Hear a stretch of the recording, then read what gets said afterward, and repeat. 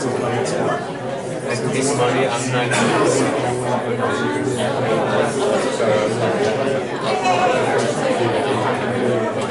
Okay, so if you're a student in a strategy, entrepreneurship, or supply chain class, this will come for you. Okay? Because you're going to be part of the case. Guys, take a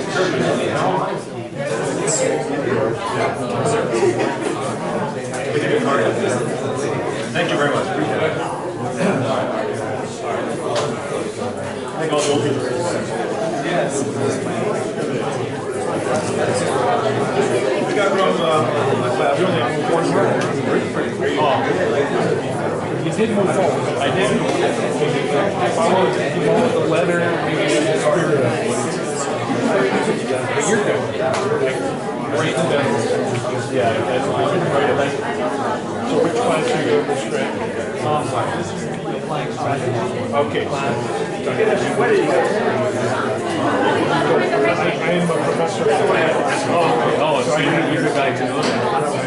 I'm the department chair for the nice meeting you. Okay. So are you all done now? We normally start right on time. We're going to wait just 5 minutes. I know traffic is really awful out there. It's always awful, right? Oh, okay. Okay. Your students, they come to the front. Yeah, every time I go into the pharmacy, especially at CVS, I always look very stressed. And I said, did they teach you at pharmacy school how many multitasking you have to do? So no, they can't talk about that at all. It's usually getting an order ready, talking to somebody on the phone, and helping somebody on the phone all at the same time. Oh, do you? Yeah, is that less? Right. Is there something more that you needed, doctor needs a math? Oh, okay. Sure. We're foster parents, and so the one foster child we had spent a week with. Oh, really? Early October. He was there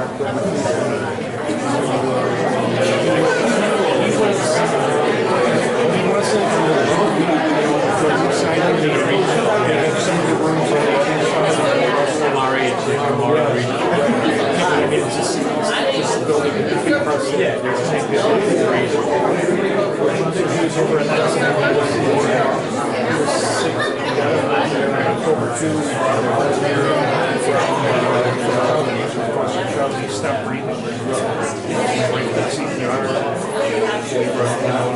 I called 911 all that stuff came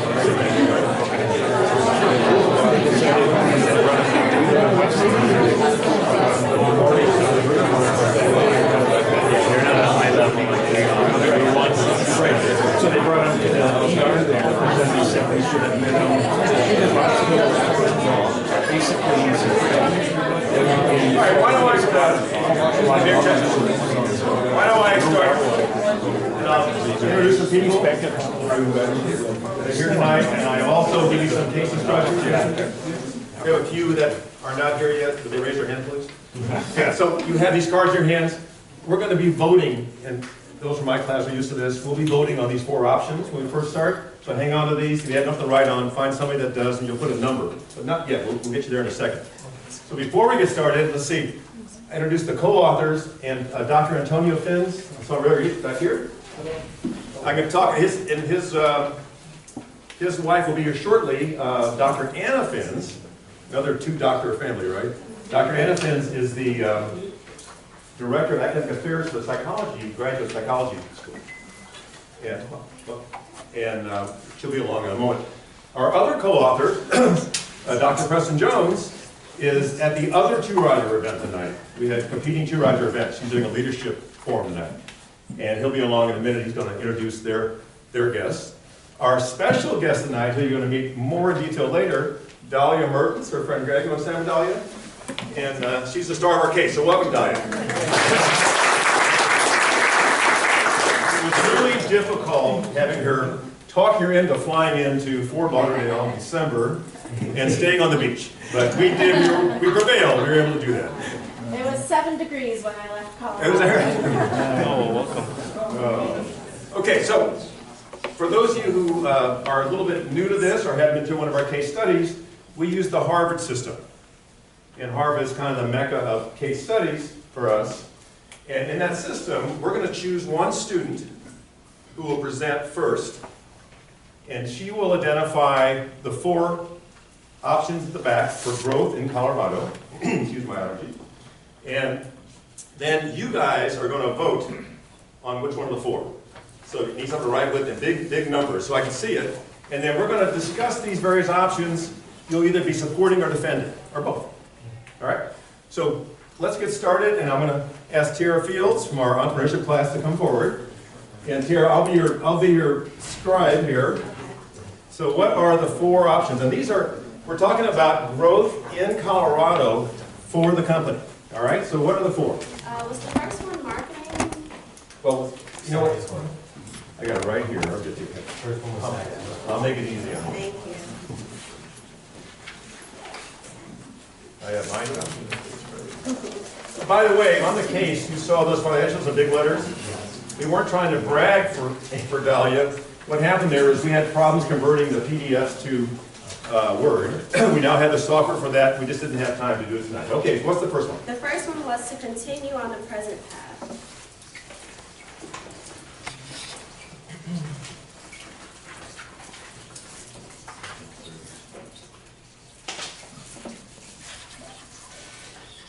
All right. What's number 2? Is to use private equity.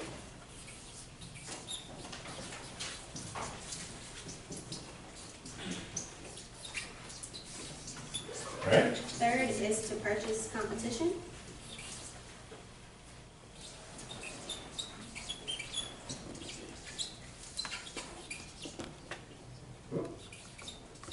Competition, acquisition, okay. Last is to change the name.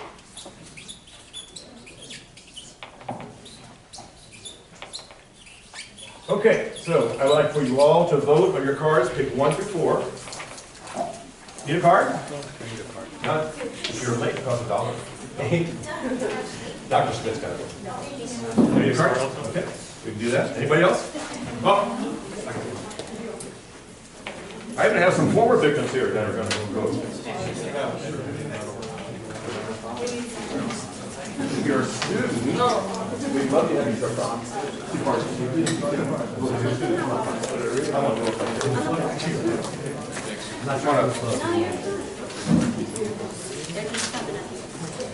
Guys, take your shirt down. All right, thank you very much. I know, right? Okay, now I know it's Florida, but you can only vote once. All right. So, how many people? Show your cards. Are number 1. So we're going to count with the vote. All right. So we how many count? 14. Yep. Let me change color so we can see this. Okay. How about number 2? 1. Number 3. Whoop. Whoop. Well, what now? You're voting twice? You want to count 2? You got me covered? You got these guys? Yeah. All right. So number 3 you want? Okay, 3. 1, 2, 3, 4, 5, 6, 7. Wait, that moved around. 3, 4, 5, 6, 7, 8, 9. Okay. The old people in the audience can vote too. You don't have to have the card. Number 4. No 4s. Okay. Ooh. All right. I didn't mention we started. This is our inaugural presentation of this case. It's the first time our schools used it, and of course we wanted to have Dahlia here for this inaugural event, and we're taping all this. And what's going to happen, we'll get published, the 3 authors will get this published, and we're going to edit the tape, and then we'll embed the actual tape, her remarks, into the case study. So when other colleges and universities across the country use this case, which we think is a pretty hot case they will, then they'll have Dahlia in their class also. Okay, Tara, tell us about why you chose number 1. I actually chose number 3. Oh, I'm sorry, today's my chose number 3, perfect. Good job. I chose number 3, purchase the competition, because in the case study, she mentioned that when she was doing promotional efforts through advertising and such, she felt like she was also advertising her competition. So changing the name, I don't think would have made a big difference, but purchasing her competition would lead all streams of advertising back to her. So I thought that was the best avenue. Apart from that, I know she could expand her brand once she purchased her competition through their different channels and their different consumers. She would have more revenue coming in. So I thought that was the best. Okay, so advertising was the main thing? Advertising was the main reason, because her money going out for advertising would come back into her directly. Secondly would be the revenue streams coming from the potential consumers from purchasing her competition would help revenue. And then third was she could expand her brand with their items or what kind of niches they had. She would be able to take over purchasing her competition. She would have access to it. All right. Okay, I'll let you have your seat back. Thank you. All right, who else chose number 3? Who's the cards again? And what would you add to that, Andrew? The one thing I would add is to make a unique product, like taking out the people who are your direct competition, it makes your product a little bit more unique. Makes your product more unique? Taking out the substitutions, the potential substitutions. All right, who else? And we're adding 2 Ys. We'll get to why nots in a minute. Go ahead. So, I agree with pretty much all of those. It did say that, That's not required. It said, according to the case, it said that her biggest challenge in 2016 was production capacity. And she just needed to expand more manufacturing plants versus production plants. So, All right, so she could increase production capacity by acquisition? acquisition, correct. Okay. Production capacity, okay. What else? Yes, sir. I'm not quite sure what the whole case study is about, but I looked at it from a financial perspective. I thought you're decreasing the amount of competitors you have. Okay, decrease competitors. Ozzy works at Broward Health. I took a stress test the other day, and you got about 15 minutes to tell your whole life story to whoever's in charge of that. And I told him about the case study. I want to go. He's here. So give Ozzy a hand. We're trying Ozzy. We take people off the street. We don't care. We want to. Okay. Anybody else want to add to this? Number 3. Why you do it? Okay. How about why not do it? Who wants to argue that's a bad idea? You didn't choose it. You're not going to make anybody feel bad. This is a case study. And by the way, I didn't set one other thing up. In case studies, there is no correct answer in the outcome. We'll let you know. Dolly's going to tell you what she wants to do for growth. But it's about taking all the facts you have and figuring out the best way to go. As you know, all through life, you're going to face these windows or doors. You got to pick one. And so your job in this critical thinking exercise is to pick what you think is the best door. Okay, anybody think it's a bad idea? Yeah. Yes, sir. I would not choose that because I see better option, because better option will give you even buying mobile. But you picked the option. No, I don't pick it. Oh, good, okay. But I'm against it because Good, okay. there are options there that can give more buying power, not even to do that, but also since the industry is still in its infancy, that give you more buying power, not only benefits, but also share the risks by involving other people. But my option is not that. So why are you against this? One more time. Make it short so I can write it. Because I am against it because other option will give you even more buying power. Oh, you got better. Okay, more buying power. More buying power? Yes. Buying as in the raw products? Buying like not only you can buy the competition, but the other option will Okay, well, I'll tell you, I'm going to let you go on when you get your option. How's that sound? I'm not sure to put down because I want to have you explain why you want yours instead. All right. Okay, so let me just do one of these. It's supposed to work. Let's see if I can do this. All right.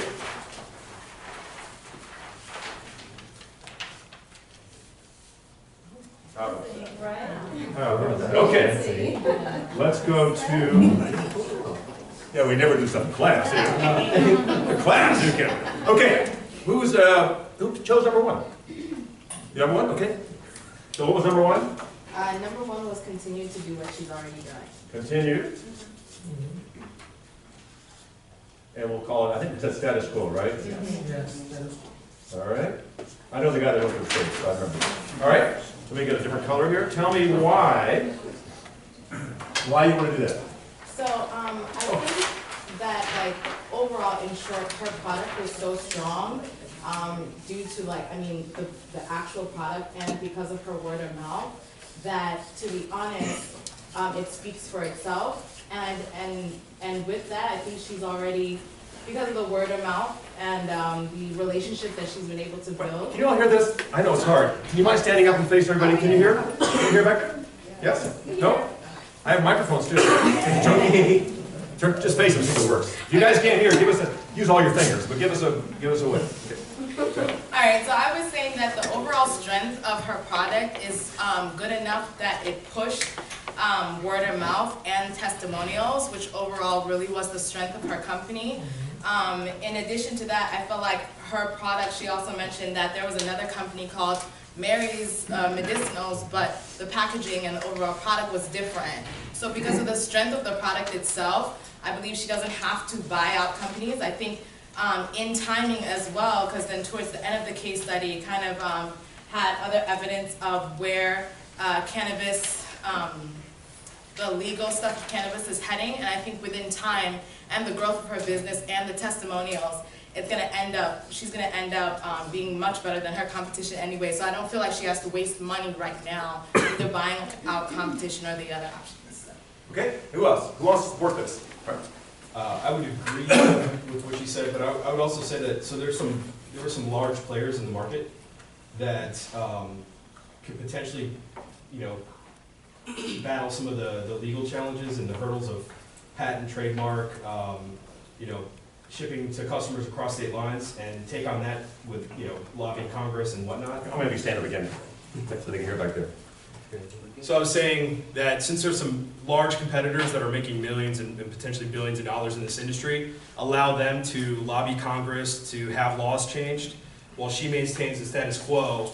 And then as those laws start to free up a little bit, it'll give her the room to take that capital or the money that she's built in the company and then expand at that point. Okay, so she should hang on to her cash a little bit. But then we talk in class about growth. We got to keep growing, right? Okay, what else? Anybody else support this? Yes, sir. Please stand up.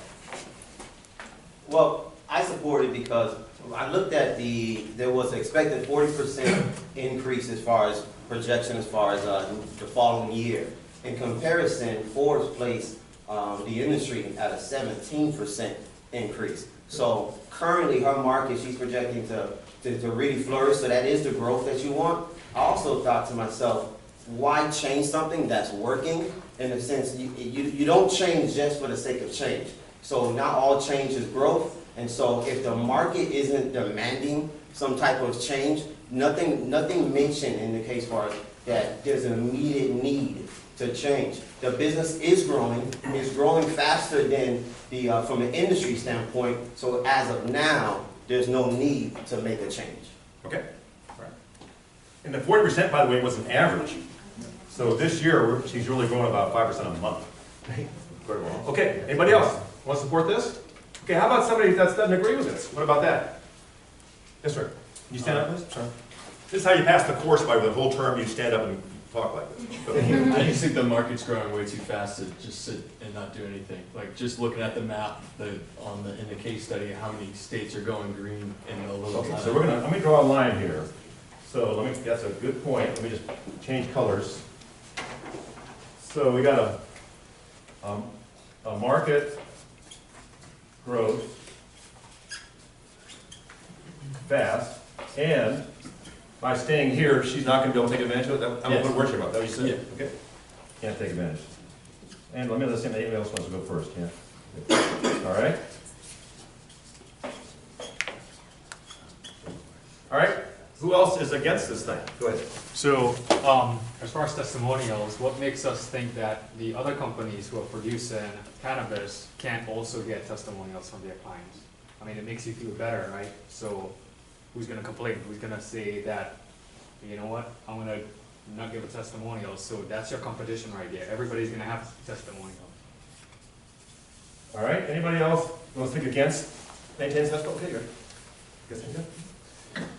The reason that I'm against it is because there's nothing you can really do with your money since you can't invest into a bank. I think that you should do something with your money. I think sitting on your money is probably the worst thing you could possibly do. So you should always try and do something with that money. Sitting on it's not going to get you anywhere versus if you spend it, is my idea of personal acquisition, you can expand your growth. So that's why. Yes.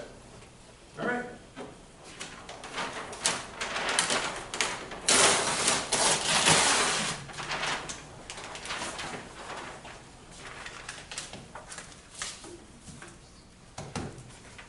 Watch that. It would wait till your back started. Yeah, of course. All right, so what's next? We did number 3. How about number 2? What's number 2? Oh, yeah, purchase, Get personal highway. no, it was good. How many think it's been private equity? Okay. Now, what are we saying? We say private equity. What are we saying there? Hang on, sorry? Private investors. In investors? Yes. And what, well, okay, here. So who voted for number 2? Let's talk about it.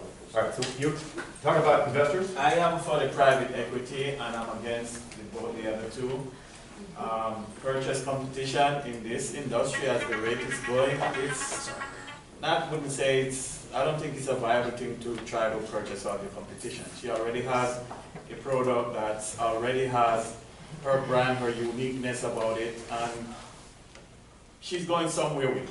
So rather than, and I agree with the gentleman that says you can't put your money in the bank, and we can just, with the historical data, continue to invest in what she has going on. All right, so tell us about private equity. What does that mean? I'm saying, you know, secure funds from friends, families, and other individuals, and We talk in class about the 3 F's, and typically startups get their money there. For those not in my class, that's friends, families, and fools. friends, family, and I'll let you say that word. So tell us what's going to happen here. You're looking for investors. Yes. To put money in the company. Yes. Now, how much should Dahlia sell if she does that? What percentage?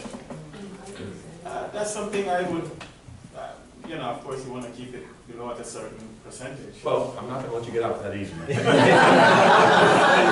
So how much? All right. Now, what's the answer? 20%. You definitely don't want to go above 50%. Tell me why. Less than 50. I'll put it this way. Less than 50. Why is that? Well, of course, you want to keep the company. You want to keep control of the company. She has a great idea. She has a great product that she has developed over some years. And even though she can't patent it, but she can keep it secret like Pepsi and Coca-Cola. Let me see those cards. Who else is number 2? I need another number 2. Thank you. Excuse me. Hang on 1 second. You spoke. Somebody hasn't spoken yet. Who's number 2? Show me your card. Show me your card. Any number 2 over there? Those people all 1. Those 2 back here. You got a 2. Tell us why you would do that. Oh, by the way, stand up now. I'm going to say one thing. We talk about in class that partners are for dancing. Yes, sir. Okay, so we got to be concerned about that 51%, right? What happens to 51% or 50% or more? You lose control. Okay, go ahead. Tell us about why you chose it. I chose option 2 because I think that because the market is growing so fast and more than half of the states, it's legal to have medical marijuana, then I thought that maybe she could partner up with somebody outside of the state that has a legal marijuana license, so she could start selling her product in another state, since the case study said that. Okay, well that's not private equity really. That's, I mean, I understand partnership. Right now we got to consider this in Colorado. You're okay with that. She can't cross state lines. She can't sell online. We'll get to that in a minute, right? Because of the restrictions. Couldn't you get investors from So you out get, of state? what would you do with the money if you got your Dahlia and you get some money? Let's say you sell 30%, pick a number, 10%. What would you do with the money?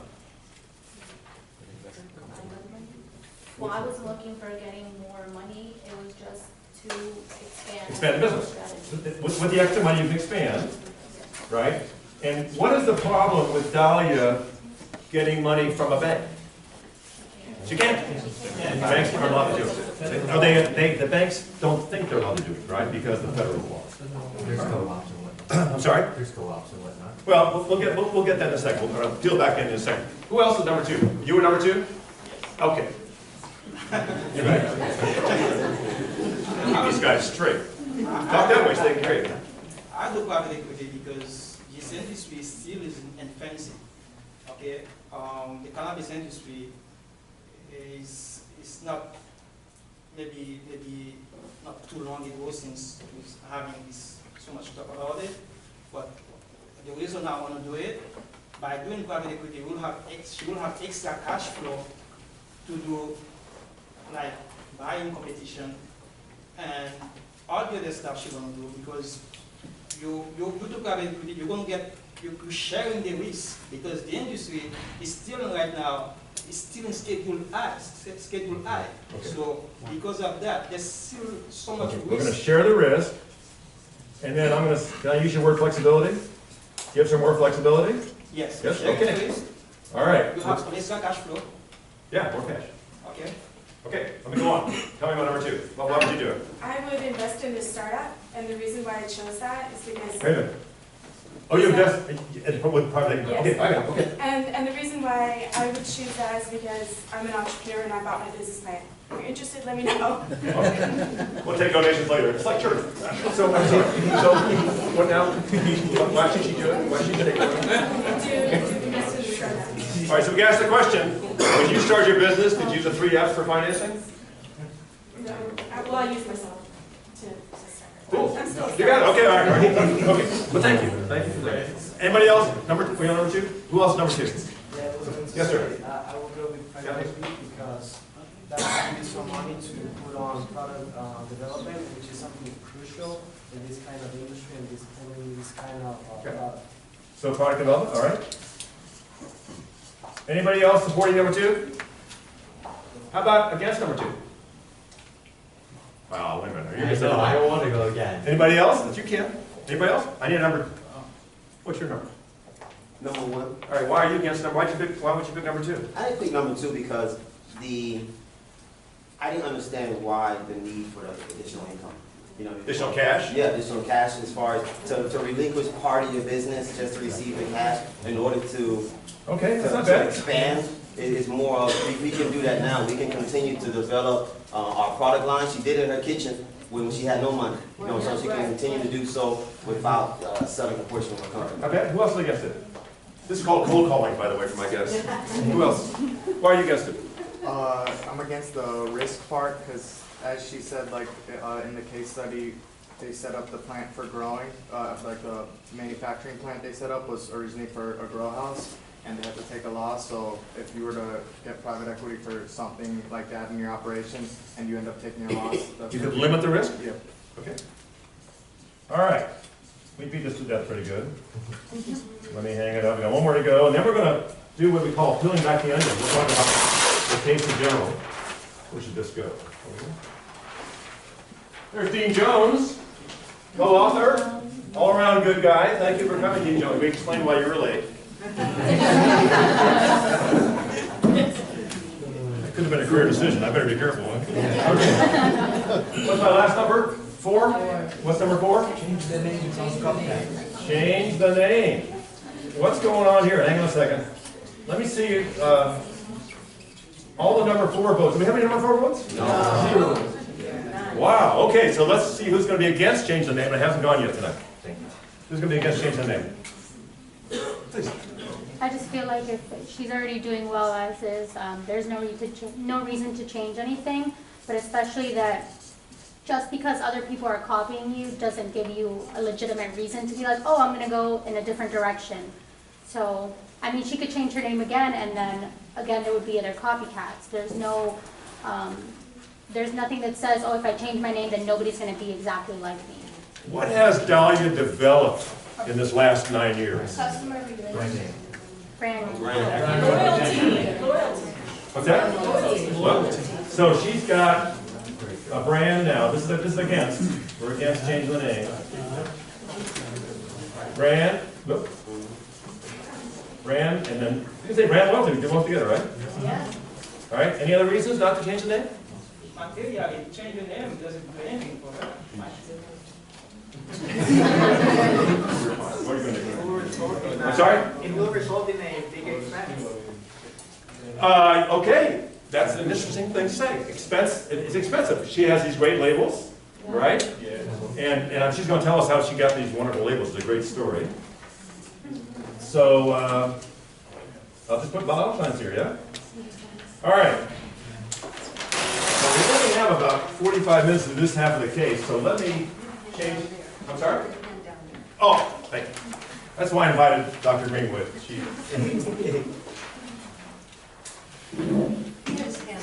You're not, oh, we have handouts. Yeah. Well, I said, you're a handout. Oh, I thought you were being anti-symmetrical. Excuse me.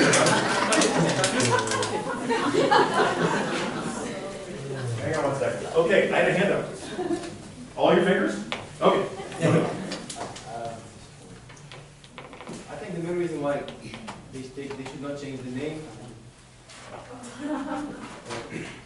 I'm not gonna say that I'm against changing the name, but it has no meaning. It has no meaning. Why? Because like we said, they already have a brand name. They already have like people, customers. If they change the name, they gotta spend more money to make people aware that the fact that they changed it. And still, like even if they give a new name, like the problem they have was like another company called Mary or something like that. They gotta change the name. I'm sure show you the same thing is gonna happen again. It's just gonna keep fixing. If it happens again? Yeah. All right, anybody else? All right, so at this stage of the case, and by the way, what we're going to do at the end of the case is we'll revote. And we'll see if the votes change anything. I'm curious, okay? And then what we're going to do now is called peeling back the onion. And we're simply going to go through the case, and we only have about 10 minutes, so we'll kind of go through the highlights, see who really read the case, and we're going to find it. Okay, let me get my glasses on so I can see. I read it, but I had to take notes. All right, so the first category is background. And let's talk about that. So tell me what's going on. We know the founder and CEO went to a pretty darn good school, wasn't Nova Southeastern, but where'd she go to school? Anybody remember? Yeah. See? Boulder, over here. And then, what'd she major? Preparation for this kind of business? Fine arts, okay. So something we'll talk about, and she's done such a great job at this, is her ability to pivot, right? Different times of her career. So why do you think people in Colorado, how many jobs did she have in Telluride? I don't even know how many jobs I've had in Telluride. You'll get your turn. No. So, when I first met Dahlia, she told me before she started the company, it's in the case, so it must be true, she had 2 jobs. Am I doing this right? One was you were a licensed massage therapist. The second one is you worked with a, therapist? All right, and you worked with a grower, a licensed medical marijuana grower. Well, I went out to California and helped trim on, on my friend's medical marijuana. So you had the speed lesson in growing. And then I also trimmed for a gray market grower in Colorado as well. So I've done a bunch of trimming. You better explain gray market. I'm afraid I know what this is. We're all adults here. What is the gray market? So there's the black market. The black market we all get. We had that problem here in Florida. Okay.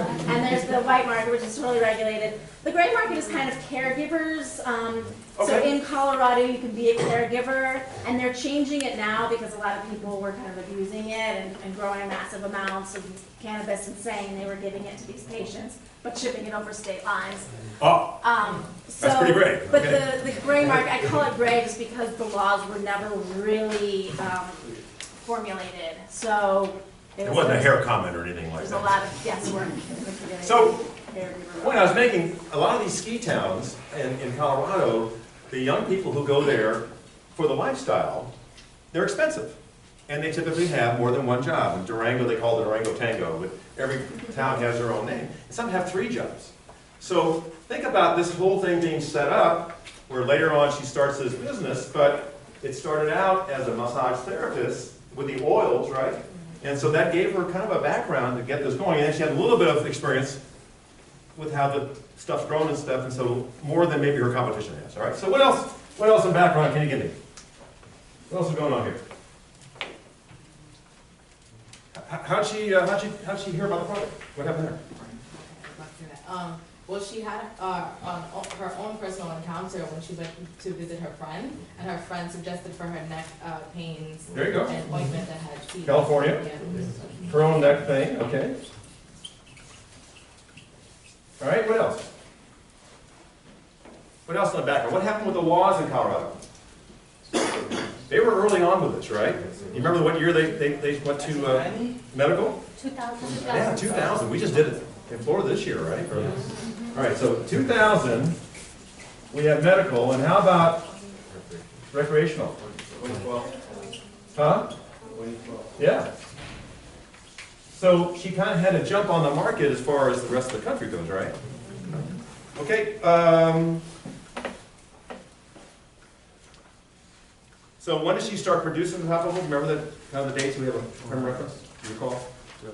I'll help you with this one. So she starts out around 2010. All right, background. Here, I'll put you to work. This is true extra credit. Here.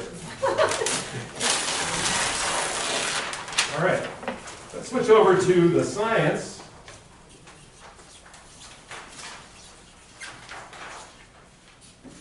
All right, so what's going on here?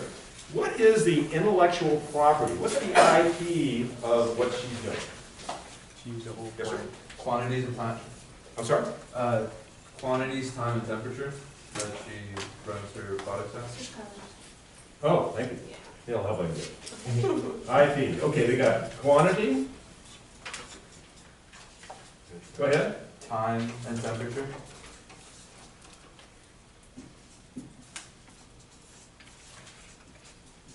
And how does she do that? Trial and error. Do you, I mean, I think it said in the case, I'm gonna think now, I know the guy who wrote it, one of the guys who wrote it, but I think it said this actually happened in her kitchen, right? In her crock pot. And so we can figure out what the ingredients are. That's not gonna be the hardest part. The part is what temperature, how long to cook it. We'll know more about that. All right? What makes this product unique as far as the effects on your body? What's it do for you? It heals chronic pain. Okay, so it's a healer. That's how it works, right? Yeah.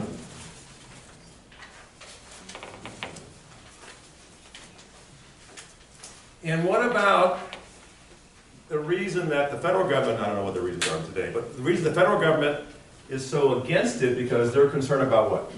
Potential for use. Addiction? So how do you classify this one? Is it addictive? Abusive, highly It's not abusive. addictive?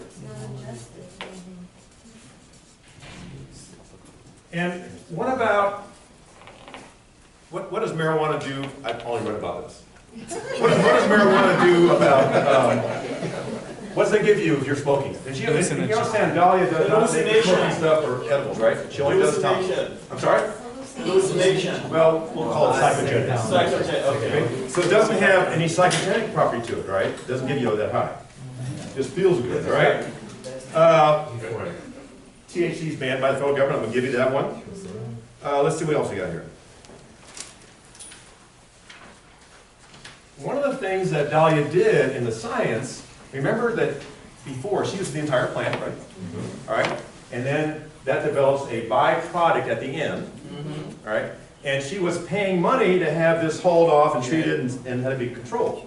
So what did she do? Make a bag. She made a product.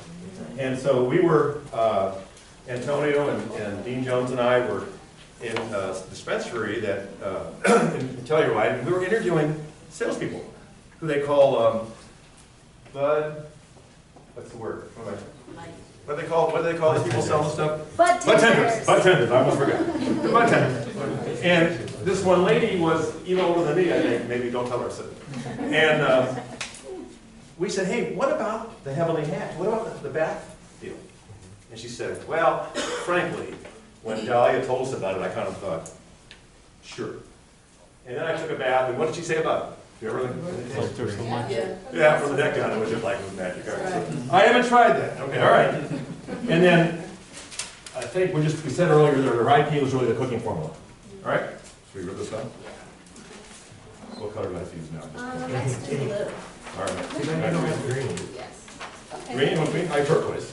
Close enough? Close enough. All right.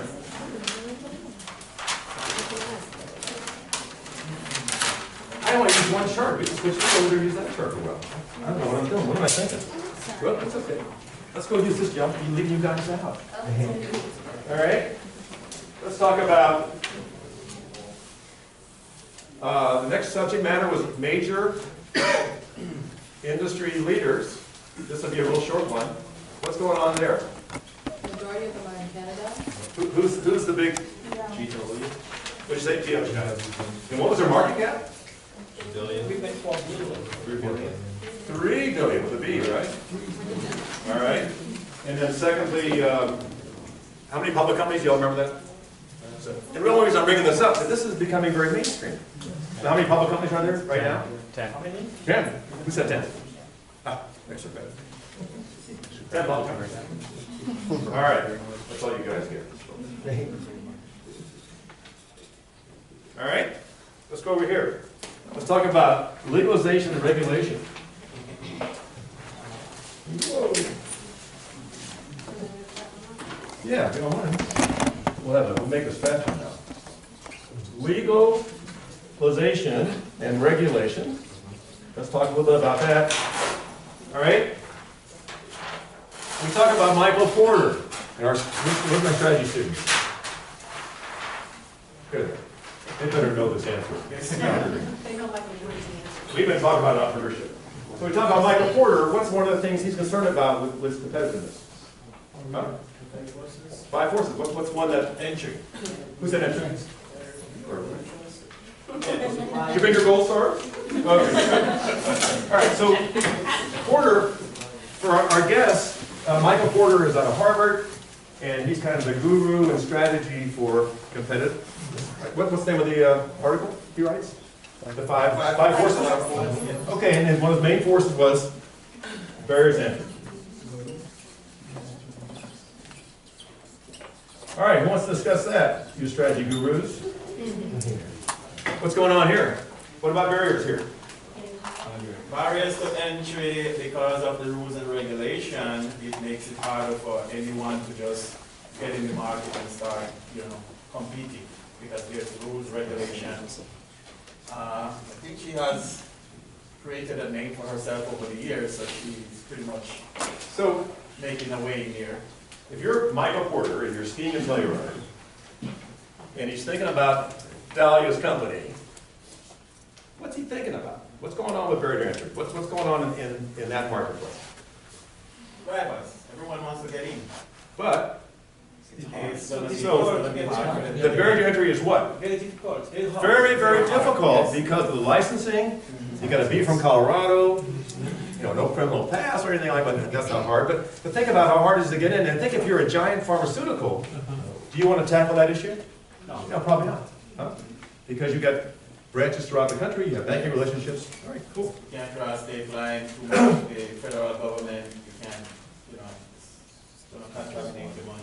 All right, so remember the story? How much her life savings was? $1,500. $10, right? I love this. And her mom and sister kicked in. Friends, family. Huh?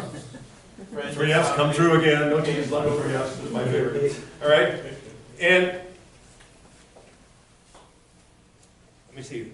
What part of her business, now we had medical first, and now we have recreational. How does that work out for her? Where is it? What's the percentages? 37. She's what? No? 25%. 25% is med. 75 corporation. I mean, excuse me, recreation. Here we go. Okay, let's talk about excise tax. What kind of taxes do we have here? 4%. Well, that's what she's paying in income tax. But what happens on the way before she buys the product? The grower is charging her just to buy the product, tax-wise. Remember that deal? Who remembers? Nobody knows? 15%. And what happens when you buy it from a retailer?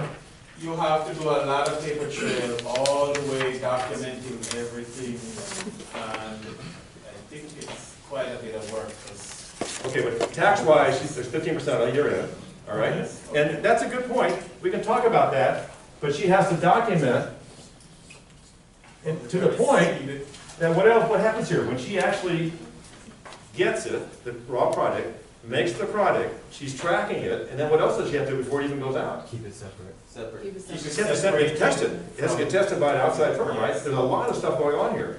So she has it about what? How long was it? I think I just said it. 3 weeks. And then we'll get the supply chain guys involved here in just a second. But now we start the supply chain nightmare, and that's one reason this class is here. Edie, do you have a question? Dr. Smith, did you have a question? Did I introduce you? I didn't introduce you. Dr. Smith's So I just wanted to tell you the that chair of the students here are in the capstone supply chain, so they've had a sourcing, they've had a supplier and customer relationship class, they've had a logistics class and the intro supply chain, and now they're kind of bringing it all together. So I had kind of asked them, and I love to visit the dispensaries because it's a supply, it's fascinating as a supply chain person. Sure. So I had asked the class to just say what opportunities did they see from a supply chain or challenges. What did they see from a supply chain perspective in this case? So I'd asked them to look at like inventory and sourcing and those kinds of challenges. Anybody want to answer? Anybody want to get in, of course? Dr. Schmidt is the chair of the Food Sciences Department. Now, I forgot to tell you, Dr. Greenwood, the former chair, just stepped down to get back to real life, and she was chair of our largest department, the management department, and we have our strategy course here. Okay, supply chain guys, anything you want to add to that? So what is the supply chain? Let's ask you guys. What do you go through here? What happens? What's the process? You make a product, then what? Not all at once. All right, I just made a product, in 3 weeks, I got all this documentation, then what happens next? you have to distribute She it. has a day to, once you get back to go ahead and sell. How many hours? I mean, literally Hours to send it. 24 hours to get to deliver and get paid, right? Now, she's on the western slope, and Colorado is the state that's divided in two by the Rocky Mountains. The Front Range is the Denver, Boulder, Colorado Springs area, and the Telluride, Durango, places like that, Grand Junction, on the western slope. So she is in Telluride, and how long a drive was that? Anybody remember for the kids? 9, 7, 9. Yeah, it's a long ride, and then what happens when her driver Takes a nap. takes a nap? Parks the truck first. First, Don't forget, it's not psychogenic, so there's no problem here. Takes a nap, and then what happens when he delivers it? Then what's the next thing goes on? I'm talking to supply chain guys, I'm sorry. What happens next? They gotta pay her, how? Cash. And then that truck driver is driving the cash all the way across the state again back to Telluride. That to me is the ultimate supply chain nightmare. I can't think of any other industry that has to deal with all that. Okay, cool. All right, I think we're just about there. I know I'm over my time period. So let me see if I have anything to summarize, because we got to vote one more time, and then we'll invite Dahlia. We talked about growth. There's one thing that is really important in business I want to bring up. There's a great pivot example, there's a couple of them, when Dahlia pivoted. And the best one, you kind of mentioned in one of the discussions, what's the big pivot here that she had to do that's really tough? Small business and large businesses, they sometimes fall in love with the way they do business. And sometimes what happens is something's not working, but they won't admit the mistake. And one of the keys we talk about in class is learning from mistakes, admitting mistakes, and going on. All right, if you don't make mistakes, you can't push the envelope. We've already covered a lot of it. So what's the big pivot here that is so impressive in this company? Yes. Can you stand up, tell us? Well, she basically decided to cut out the growing as she saw that if the cost of buying or selling the plant went from $2,200 down to $1,000. And she basically just decided to cut out the growing business itself and just purchase it for herself. And what did that cost her? $80,000. $80,000 to $100,000. And this was relatively early on in her. That wasn't changed. We kept in the floor safe. I mean, that's a lot of money now. But imagine where you're in the middle of building this business, right? And all of a sudden, wham, the market changes, and you have to change with it. And she did exactly the right thing. Okay, I got one more question, and then I really will get off the stage. What differentiates her product from the other product? When we look at the sauce and the secret message, secret ingredients. She used the whole plant. As opposed to? The buds. Well, extracts. The extracts. Extracts, okay, makes it really special. Okay, we got a vote, and then we'll bring Dahlia up. So, help me here, Kiara. Let's go back, we'll do this in order this time. Where's number one? Right in the middle. Okay, I'll give you got a pen to write with? Did we write down the numbers? Who voted for what? Yeah. Oh, this makes it easier. Great. Good thing, Terry. Good thing, easier. Okay, so how many vote? Hold your cards up. How many more ones this time? Well, we want to see if it's changed. You don't have to hold up the new. I'm sorry, you don't hold cards up. You might change your mind. Let's count again. Okay, all number ones. 1, 2, 3, 4, 5, 6, 7, 8, 9, 10, 11, 12, 13, 14, 15, 16, 17, 18, 19. Anybody else over here? I got 19. We have some people coming late. How's that going to work? Okay, we'll put 19 first. Okay, how many number twos? You can change your vote. One time. 1, 2, 3, 4, 5, 6, 7, 8, 9, 10, 11, 12, 13, 14, 15, 16, 17, 18, 19, 20. Something tells me it's not bad enough. Okay, how many number threes? 1, 2, 3, 4, 5, 6, 7, 8, 9, 10. Yeah? 11? Anybody vote for poor number 4? No fours. All right. That was good. Okay. Hey, you guys did a great job. The best part of the show tonight, or the case study, is that I want to introduce Dahlia Burgess. And the founder, give her a hand.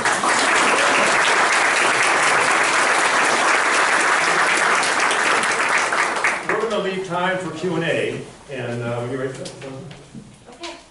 So I guess I'll just give you a little bit of my background. I grew up in New York, just outside the city.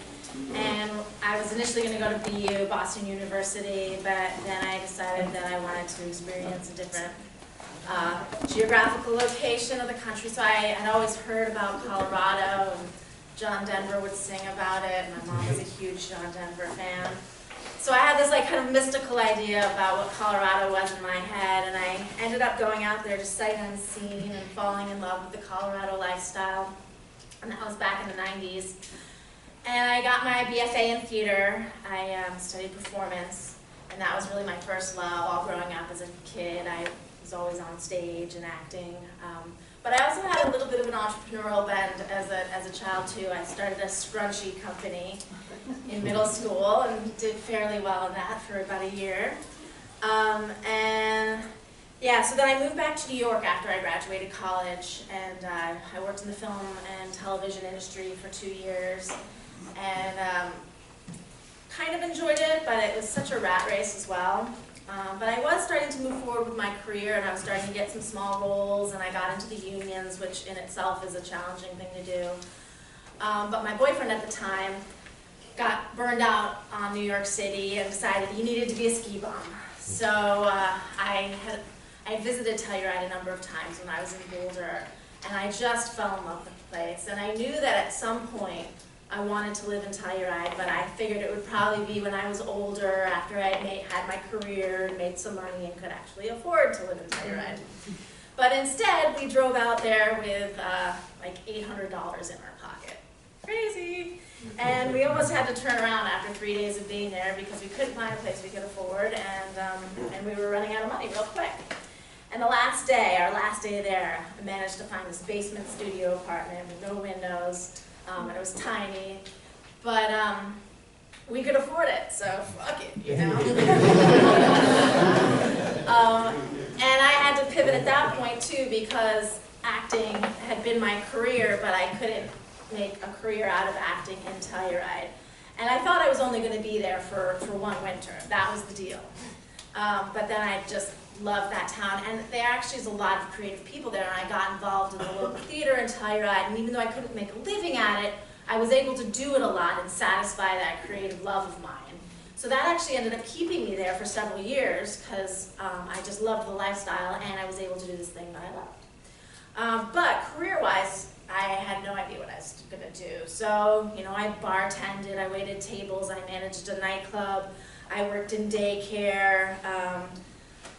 I probably had like 20 or 25 different jobs over the course of like 4 or 5 years. And there was a lot of spas in Telluride. So, and I'd always been interested in natural healing and herbs. And so I thought, well, you know, and there was also a massage school in Telluride. So I could get certified and then make a little bit better money than I was making in restaurants and do something that kind of fulfilled me a little bit more. And when I got my certification in massage, I didn't think that was going to be my end game, but I had a feeling it was going to lead me somewhere, and it did. So I did massage for 6 years, and I got exposed to lots of different body products at that time, and I always kind of gravitated towards the real natural ones, the ones that use different herbs, and that always inspired me. So the wheels started turning in my head during those 6 years working in spas and looking at all these different products, and I started getting ideas for different products, but nothing really hit until one off season, because in Telluride we have these very distinct off seasons, the fall and the spring. The winter is the ski season, and then the summer is our festival season. But in the fall and the spring, work really slows down. We don't have the tourists. So my friend who had this medical cannabis grow out in California, offered me a month of work to come out and help trim that harvest season. And I had never done anything like that before, so I was excited at the prospect of it. So I went out there, and it's funny, we drove in, it was like a 24-hour drive out there, it's an epic journey, and when we pulled in, the sun was setting, it was a beautiful California evening, and the clouds were all lit up pink and orange, and when we drove in, they said, well, do you guys want to see the garden? And they called it the Valley of the Giants. And because when cannabis plants grow outside, I don't know if any of you have seen this, but they can grow massive, like 14 feet around and 13, 14 feet high. So these plants were all ready to be harvested. So they were all laden with these big, fat, glistening nugs. And I had never seen anything like it. The plants were beautiful, and the warm glows of the sunset lighting up all of the trichomes, the stuff that makes the buds all sparkly and beautiful. They just were magic. And I remember thinking in my head at that moment when I was walking through the garden, like, wow, these plants really are special.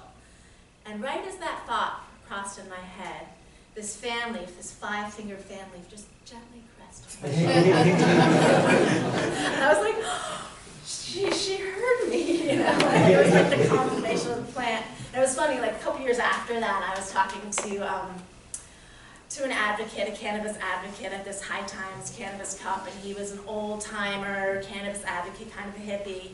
And I told him that story, and he's like, that's the first time the plant spoke to you.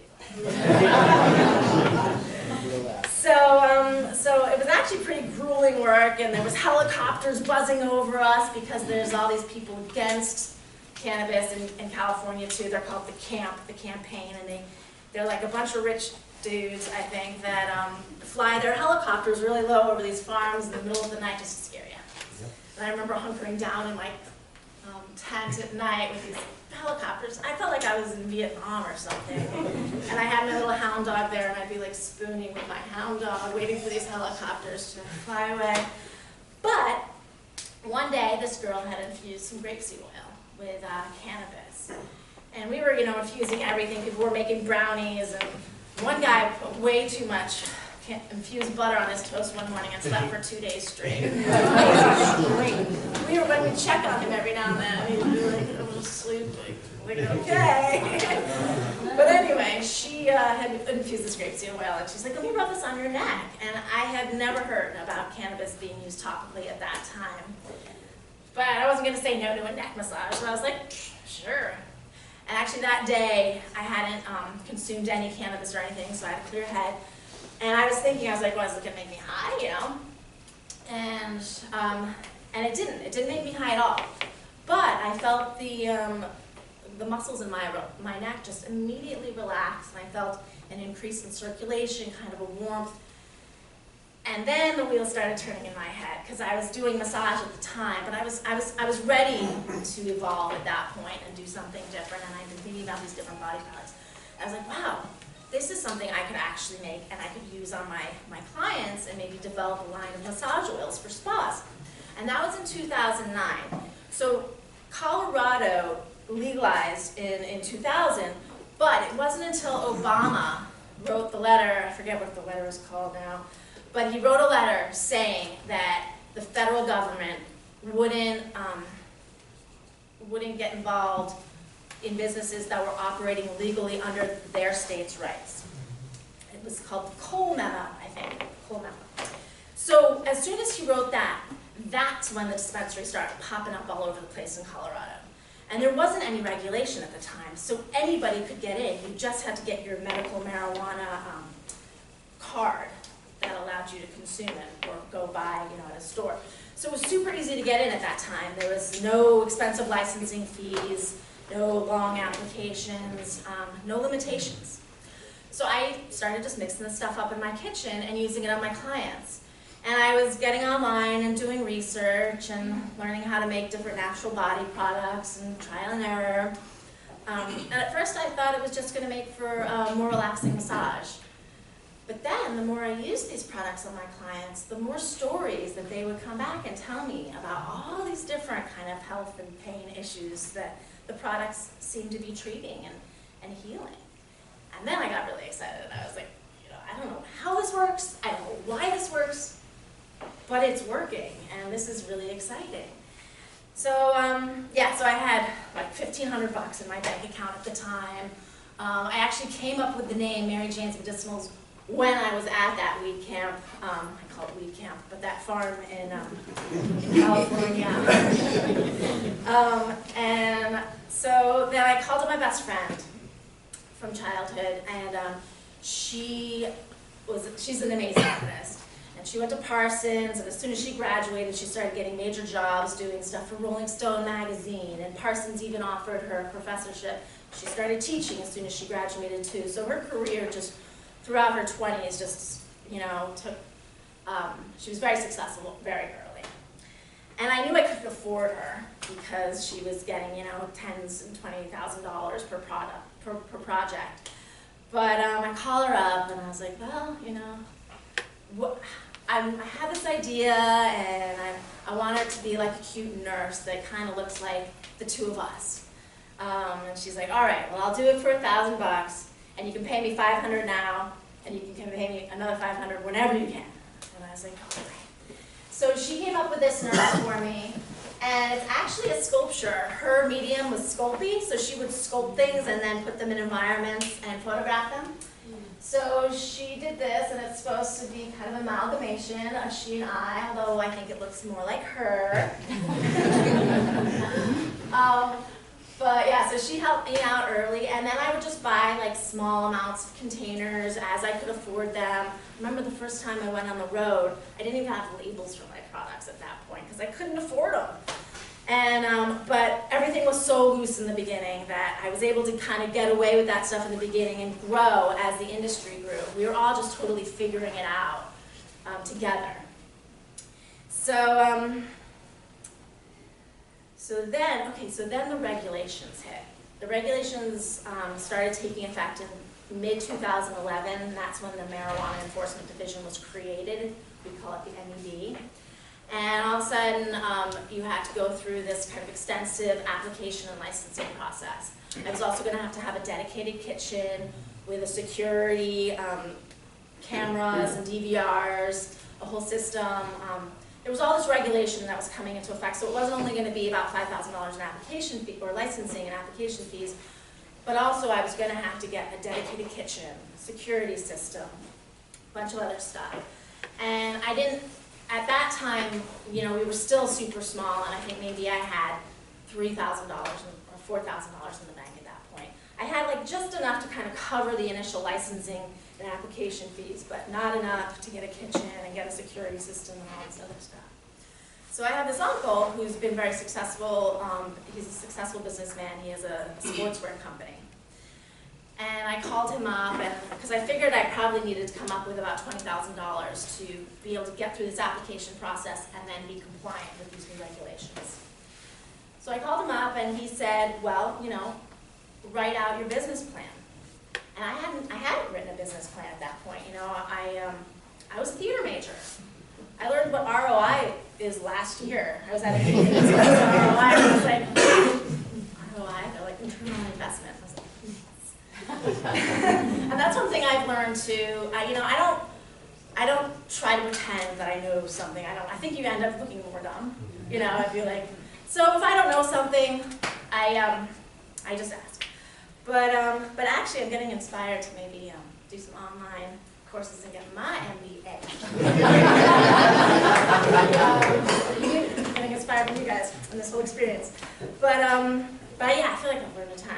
Anyway, so my uncle made me write this business plan, and that was a really great learning experience too, because I started getting the perspective on what was actually possible with this, and I started doing research on numbers and what the market was at that time and what it could be. And, you know, everything was still just so in the beginning, so a lot of it was guesswork, but it was very interesting for me, and I really started getting a vision for what this business could be. So I went back to him all excited with this, what I thought a beautiful business plan, you know, and he was impressed by it, but he's like, but I'm not going to get involved in a controlled substance, sorry. So then I was back at square one again, and I had no idea how I was going to come up with this money. And I almost gave up at that point. And it was actually the day before the application was due. And I needed all kinds of tax records, I needed a bunch of money, and I needed to complete this huge application, and it was intimidating to me. And I didn't know if I was going to get through it, and I was going to have to invest the last of my money, which, you know, at that time, $3,000 to $4,000, you know, that was my rent for several months. So I almost gave up. And I called my mom, and I told her the whole situation. And it's funny, when I first started the business, I was a little nervous about telling my parents about my business idea. You know? And they don't smoke pot. I've seen my mom buzzed at my sister's wedding, and that's about it. So I was a little nervous when I told them initially, but they were pretty open-minded people, and they're also interested in herbal medicines and natural. She's actually a yoga instructor, and my dad makes his own. He's gotten into like herbalism later in life and makes his own tinctures now as well. But so they were actually, yeah, they were pretty supportive from the beginning, which was wonderful. But I had started sending my mom some of this stuff, and she started using it on some of her clients, and she was getting amazing results too. So she was totally on board. So when I called her up and told her about the situation, my sister and my mom scraped together $3,500 for me, and that was enough to get me into a garage. I rented a garage, and I had my friend, who was kind of technical, help me install a very basic security system, and I spent the rest of the money on the licensing fees and stuff, and I managed to just eke by. And it took them a year also to process the application, so I didn't even know if I was going to I was able to stay in business that year, but for a whole year I was just kind of waiting to find out if I was going to get approved. But I got approved, I got through it, and then I just kept on trucking since then. And then the next curveball they threw at us was initially I was able to use Kangaroo Express to ship my stuff around the state, which is kind of a smaller courier service, but they were an established business, and they were actually the company in Colorado that most pharmaceutical companies use to ship their stuff. So they were already kind of in that realm, so they were comfortable getting into the cannabis realm. So I was using them initially, and then the MED came up with a new regulation that the licensee, or I'm the licensee, yeah, had to transport their products themselves. And I actually have limited eyesight. I have macular degeneration, so I don't even have a driver's license. And I was like, oh my God, you know, like, how am I going to deliver all this stuff around the state? And, you know, how's that even possible? I ended up hiring a friend of mine, and every 6 weeks, she and I had a couple different drivers, but we would drive around the state about every 6 weeks, and I would deliver to all my existing customers, which was great because I got to really kind of build relationships with my customers, and then also hear the stories from them directly, of testimonials from their customers from using my products. So I was getting all of this great interaction with my customers, I was building relationships, I was hearing these amazing stories, and the stories are really, the testimonials is really what kept me going through the years, through all of the crazy things that the MED has put us through, and all of the regulation, and also all of the fear in the beginning, because in the beginning it was so gray, and the laws weren't defined. So I wasn't sure if I was gonna get hauled off to prison any day, you know, I was like, it was scary in the beginning. And I remember what I would tell myself was, you know what, I know I'm doing something good. And I know that I'm doing something that's really helping people.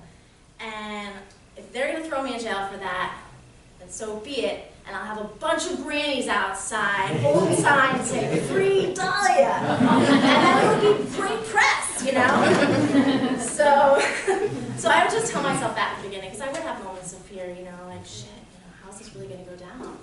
But that got me through it. So anyway, back to the original thing. So I would drive around the state every 6 weeks. I was making all these great relationships with my customers, but then it also forced me, since I was on the road, that I would kill two birds with one stone, and I did a lot of cold calling back then. It gave me the opportunity to, you know, knock on dispensary doors. So it actually ended up being to my favor that I had to do that, because I really was able to build my customer base and create these strong bonds with my customers. And then the MED changed it that you could have, I could have employees drive the stuff around. So now this Joe, my courier, who's this crazy guy, he's a truck driver, so he's really good at long hours on the road. But yeah, he comes to my facility at 11:45 at night, picks up all the boxes, and then drives the 7 hours to the Front Range, takes like a half-hour nap in his car, and then drives up and down the Front Range for the next like 12 hours doing all the deliveries, and then drives all the way back across the state. I don't know what drugs he's on. And it's not cannabis, because that's going to make you a little slow.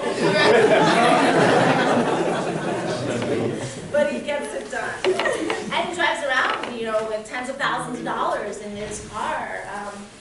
But cross my fingers, you know, we haven't had any issues yet with that. One of my couriers said he was followed for a little while once, and he ended up driving into a police station, and then the car drove away. But so it is sketchy, you know. And banking wasn't even an option for us at all initially. I've had 7 bank accounts shut down on me. But actually, there was a little silver lining to the second to last bank account that shut down on me was Wells Fargo, and I had them for like a year. And during that time, this was like 3 years ago, I was starting to slowly make a little bit of money. And when they shut me down, I had gone through all the banks in Telluride at that point, and I didn't know who was, you know, how I was going to get another bank account, and I still had my school loans. So I was like, how am I going to pay off my school loans if I don't have a checking account? You know, how am I going to be able to write a check? And so at that point, I still owed about 20 grand on my school loans, and I had about 40 grand working capital at that point. And it was a little bit of a nervous thing, but I was like, you know what? I'm just going to pay off this school loan, because I don't know how I'm going to pay, but I don't have a bank account. So now I don't have any more school loans.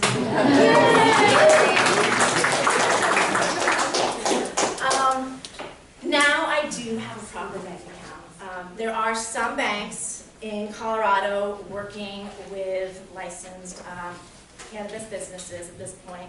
They charge exorbitant banking fees. $2,500 to $3,500 a month just for banking fees is not uncommon. I found a really cheap one. I'm only paying $1,000 a month in banking fees, but it's worth it. And I chose the checks that had the American Eagle on them, so I could be like.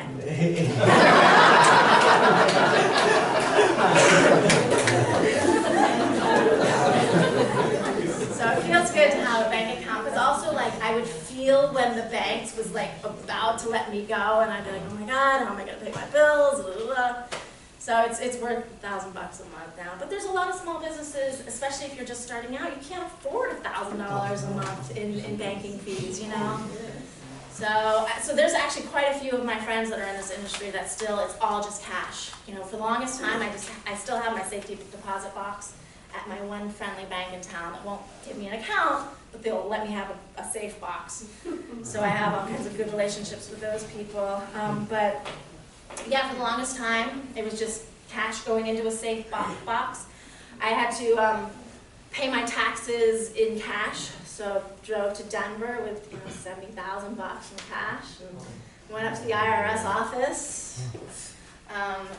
One year I tried to pay in money orders, and I had like 10 of my friends come to the post office with me, and I gave them each like 10 grand because you're only allowed to get $2,999 in money orders at a time. So we all like kept getting back online.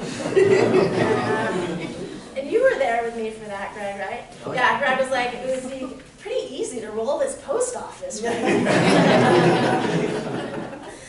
But yeah, so there's been all these kind of hurdles. But what I've really tried to stay focused on is the problem-solving aspect of it. That actually aspect of the business I really enjoy. And you get, I've gotten a lot of different things thrown at me, and sometimes a lot of different things thrown at me at once.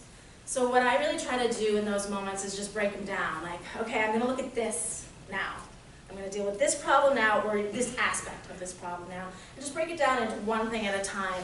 Because I think it can be really overwhelming too, like when you get all kinds of stuff thrown at you, and then you're looking at all these things, and you can't deal with everything at the same time. So that's been something that's worked for me. Yeah, and in the beginning it was funny too, because in the beginning people thought I was selling snake oil. They're like, oh, this is cute, it doesn't work, And yeah, it does work. And now we're in 300 stores, and we get testimonials every week from people about their quality of life being improved, and it's a super exciting industry to be in. It's really exciting to be in the beginning of something, and in the beginning of something that I feel is so positive for humanity, because it is this natural alternative for people, and it turns out that our bodies need cannabinoids, these chemicals that the plant produces. Our bodies create these chemicals ourselves. We create endocannabinoids, the cannabis plant creates phytocannabinoids, but they're very, very similar. And those chemicals are vital for our homeostasis and balance and health. So yeah, I don't know where I was going with that, but I think you wanted to say that weed is a good thing. Weed is good thing. And I guess, should we just open it up to questions now, or is that? Sure. Okay. As a well-known company, that's something we want to note. Is that the name is Single Point. It is a company in Arizona. That's what they do. They're helping people bypass the banking system. They're having the technology in place. And actually, lastly, what they're doing now, they have a pilot program where they let you register. And they're running something as a blockchain right now, so where you can bypass the bank. And they're like kind of connecting producer, suppliers, all these people together. So I think there are some solutions in the work right now. You might be willing to note it's Single Point. Okay. I have a question. Not talking about your startup costs, because that's an investment, but reading over the case report, I can see that there's a lot of expense that the average business, small business doesn't incur, in your banking fees. How do you keep your product at a reasonable price where it becomes profitable, being such a small, and survive being such a small company? Well, I think there was a lot of kind of happy accidents that happened in this business that just allowed me to grow. And I think even though the cost of cannabis, it's not cheap, but when you make infused products, you can use, the cannabis goes further. Okay. So, and then my other ingredients, I use really high quality, beautiful plant oils, but when you break my cost per unit down, my cost per unit is actually quite good. So I was able to figure out a reasonable, you know, like the product itself doesn't have such a huge cost per unit, that it gave me more mobility and flexibility to be able to do banking fees and taxes and just expensive security systems and all of that.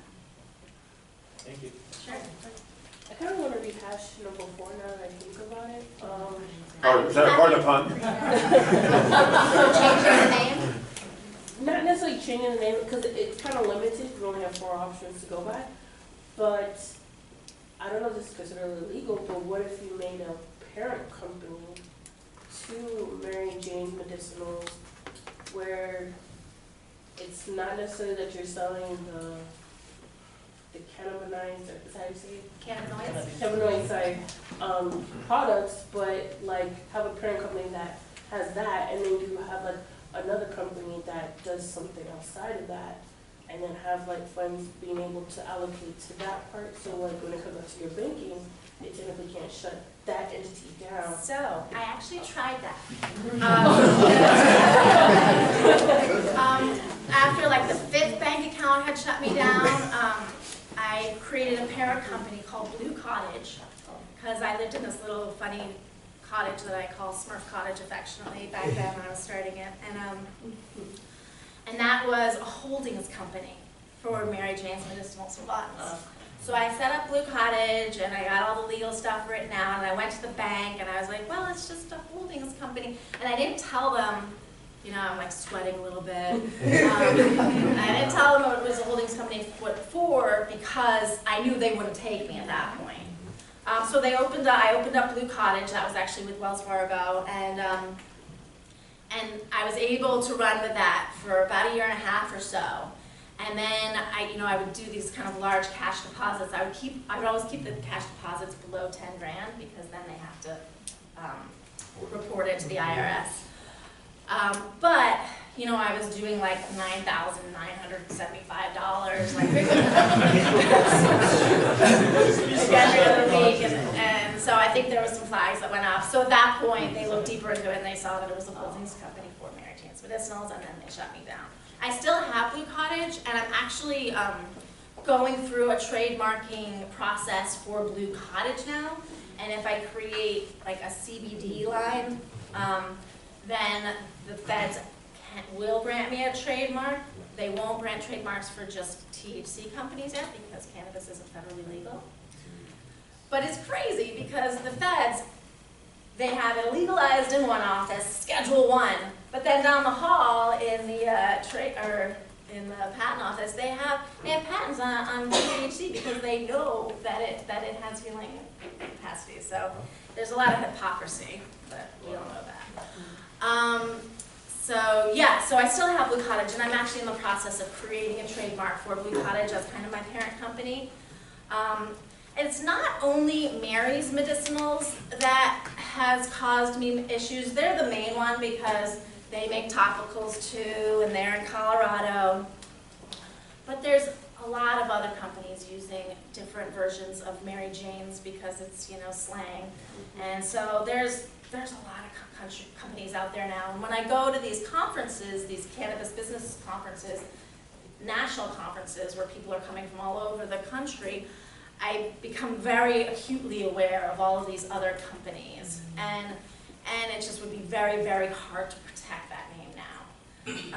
So it's something I've actually been, the whole name change thing, I've been struggling with for like 3 years now because it became clear to me as these other companies started coming online and I just couldn't protect it, that it was going to be an issue moving down the road. But I have had the hardest time actually pulling the trigger on changing my name because I've put so much into this, and I have a really strong and loyal following, and there's a lot of energy behind this branding and name now. And to change that, it's like kind of also heartbreaking for me. I know, you can't use your heart too much to make these business choices, but also my gut is like, ugh, So I'm kind of doing this Blue Cottage trademark as security, but in my heart of hearts, I kind of hope that I can just rise to the top and become the biggest Mary Jane's, and then own it that way. So that's what I'm crossing my fingers. Second question, sorry. Do you also have the opportunity to like have a tax break if you did a nonprofit entity with it? Did you try that route as well? I don't know what the rules are for Colorado. So, that's a good question. I'm not sure about that. I could create like a nonprofit informational website that informs people about cannabis, and then I could trademark that because it's not a direct.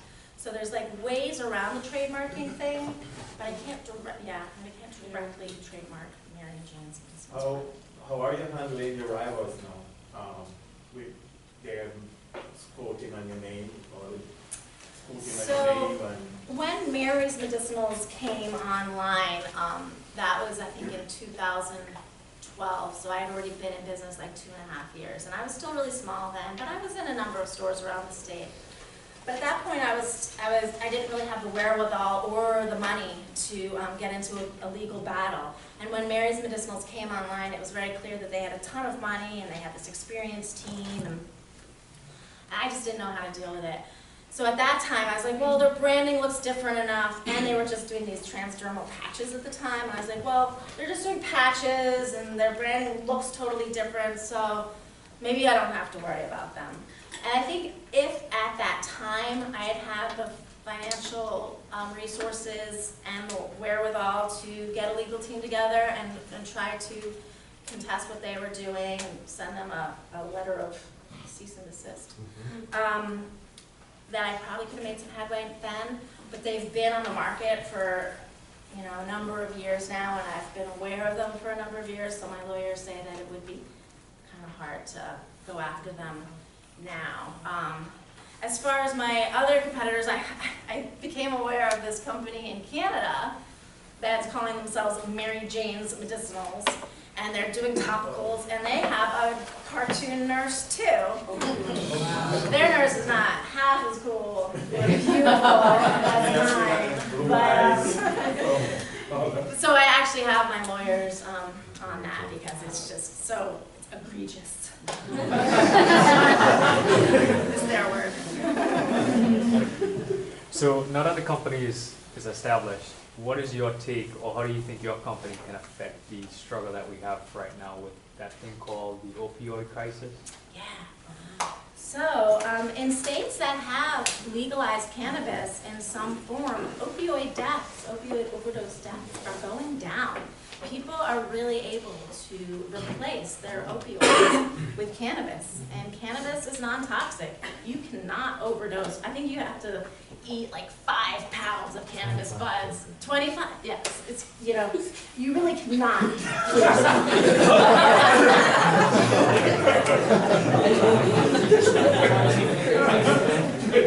Talia, there was an article in Appendix C in the case that the Wall Street Journal came out and talked about the stats on the reduction in opioid deaths in states that legalize marijuana.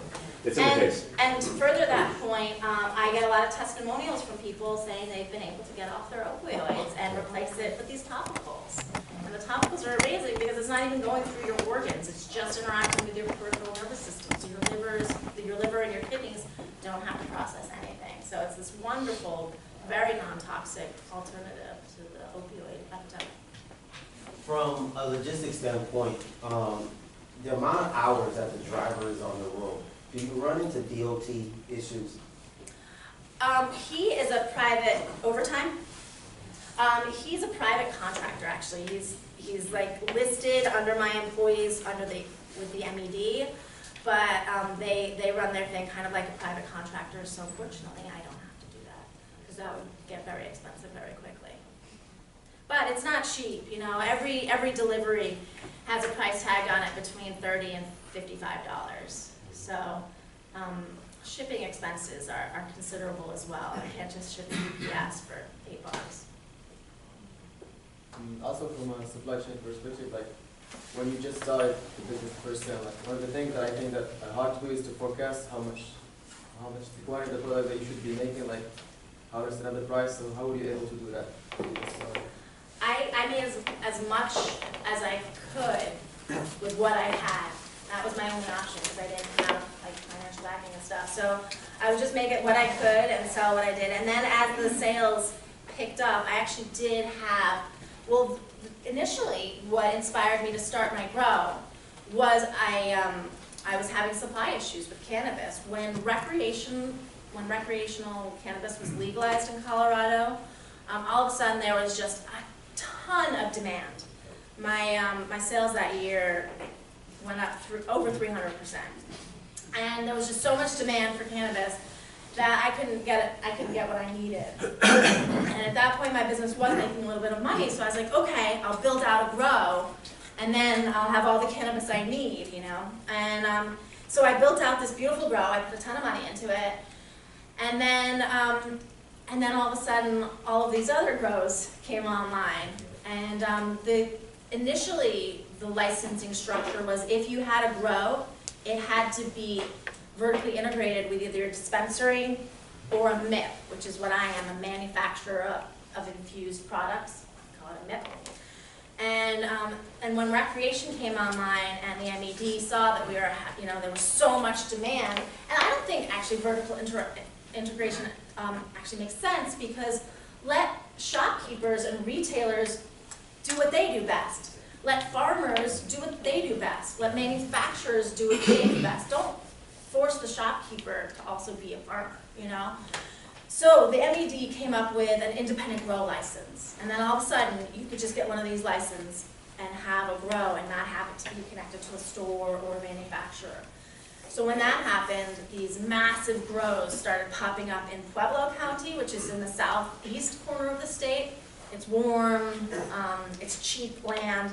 So these 100,000 square foot greenhouses started popping up, and I actually buy my cannabis now from a 7-acre farm. They grow 7 acres of cannabis outside, and it's beautiful. So when that came online, all of a sudden there was a ton of cannabis, so the price totally dropped.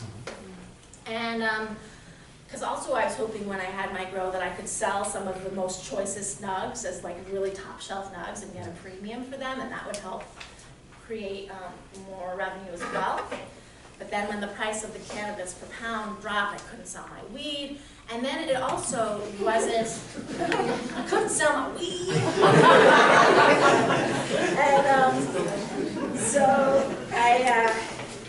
And so and then also it turns out that guys that grow cannabis have these like massive egos that are really difficult to deal with. And my grower was one of them. So like things started kind of disintegrating in my grow. I couldn't sell the product, and we weren't actually growing enough to supply my needs as well. So, but the biggest thing that really was the impetus in dismantling the grow was I was still operating out of that like tiny garage. And I had 6 employees in like a 300 square foot, essentially a single car garage. Like 5 employees climbing over each other, and we just couldn't, this is when I had the main supply issue, was that we couldn't produce enough in that small space. And our sales just kept on growing and growing, but we were totally maxed out in that small space, and it was so uncomfortable. And zoning is really tricky in the cannabis industry. In Colorado, you have to be at least 1,000 feet from a school. There's specially zoned areas where they only allow it. And in my county, there's this little industrial park, and that's the only place the county made it easy to have one of these manufacturing facilities. So available space was incredibly limited for me. And the only space that I could find to move my production into was my grow. There was nothing else available. And at that point, that was my priority. I needed more production space. My grow wasn't really working out anyway.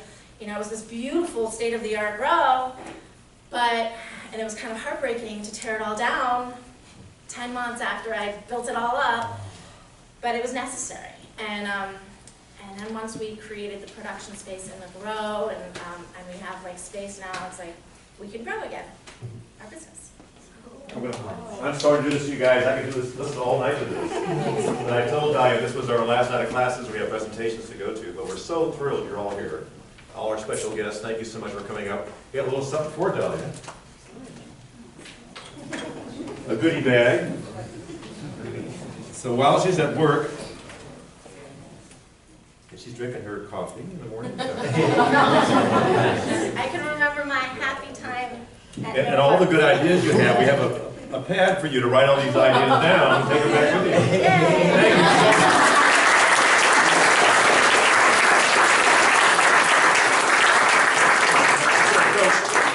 Again, thank you for coming. For my class, we'll start in about 10 minutes. I've got Mary Jane's stickers for